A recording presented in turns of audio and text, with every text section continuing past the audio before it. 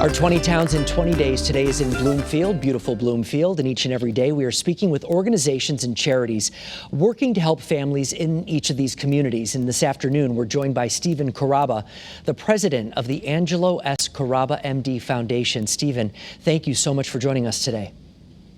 Thank you. It's a pleasure. I know this is named after your father, who was a well-known doctor here in our state. Talk to us about him and how this came to be. Sure. Appreciate it. So first, thank you so much for the opportunity. It's a real pleasure and honor.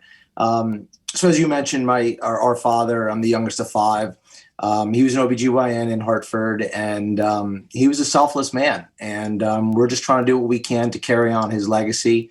Family, food, and friends were really at the core of our upbringing, right? And it's very important to us to give back to those that are less fortunate and, again, carry on his legacy. And I would imagine as a doctor, your father was always giving everything he could to help people throughout his entire career. And that's something you want to continue to do now? Absolutely. Yeah. We've been very fortunate. And as I mentioned, we're always looking to help those less fortunate. And last Thanksgiving, in cooperation with my brother-in-laws, my two sisters married two brothers, ironically enough, and they own Sardilia Produce and Dairy. And so in doing so, we decided to put together some healthy meals for families that need a little help in the holiday season. So we distributed about 300 meals to families and throughout both Hartford and West Hartford, thanks to the St. Francis Food Bank, as well as the town of West Hartford and Conard High as well. Well, it certainly has to make you all feel good to do this in your father's memory, but it also must be an incredible feeling to know the difference that you're making right there in your community. Yeah, very much so.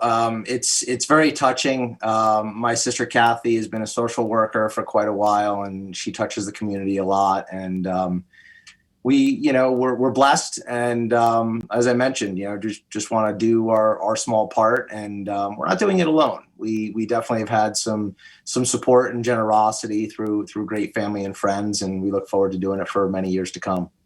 Well, I know there's probably a need for people to help out, and you have a website, and they can reach out. Are you looking for any kind of donations or anything like that?